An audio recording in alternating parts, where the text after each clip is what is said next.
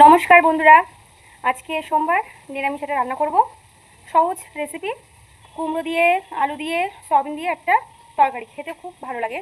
এই দেখুন, সয়াবিনটা গরম জলে ভাপিয়ে রেখে দিয়েছি, কুমড়ো এভাবে কেটেছি, আর এই যে আলু গোট গোট করে কেটেছি, আর কড়াতে দিয়েছি তেজপাতা, পাঁচফোড়ন, শুকনো লঙ্কা গোটা আর সামান্য হিং। আর ওর মধ্যে আমি আলু কুমড়োগুলো দিয়ে দেবো।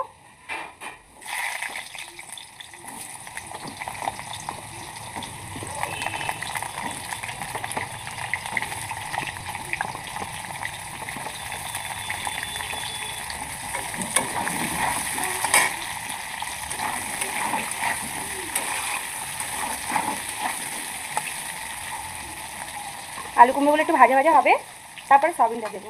সয়াবিনটা অলরেডি আমাকে সিদ্ধ করা রয়েছে।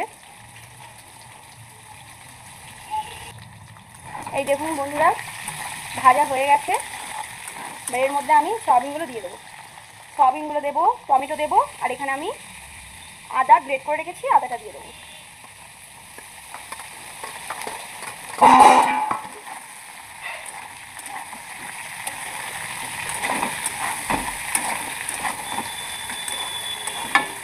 এর মধ্যে পরিমাণ মতো লবণ,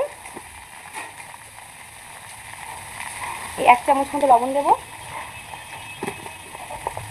আর পরিমাণ মতো দেবো হলুদ দিয়ে। দেখুন বন্ধুরা, নুন হলুদ দিয়ে এবার নেড়ে একটু জাস্ট কষা কষা মতো হবে এটা। এই দেখুন বন্ধুরা, আমার ভাজা হয়ে গেছে। একটু কাশ্মীরি লঙ্কার গুঁড়ো দিলাম, আর এখানে দেবো আমি একটু 1 চা চামচ মতো জিরে গুঁড়ো, আর দেবো আমি নিরামিষ তরকারি তো, আর দেবো 1 চা চামচ মতো ধনে গুঁড়ো। দেওয়ার পরে এবার এই মশলাটা নেড়ে নেওয়ার পরে এর মধ্যে আমি জল ঢেলে দেবো, পরিমাণ মতো জল দিয়ে দেবো।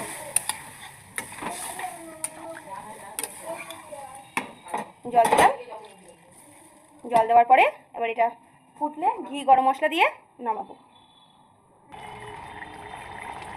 হ্যাঁ বন্ধুরা, এই দেখুন, এর মধ্যে চিনি দিচ্ছি পরিমাণ মতো,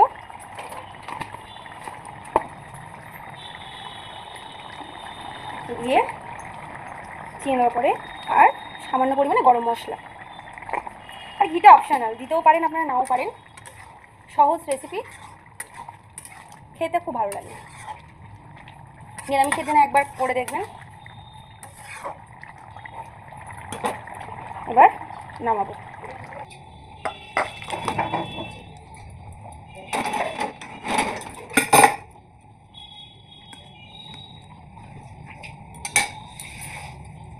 এই যে নামালাম। ভালো লাগলে লাইক, কমেন্ট আর শেয়ার করবেন, সাবস্ক্রাইব করে রাখবেন।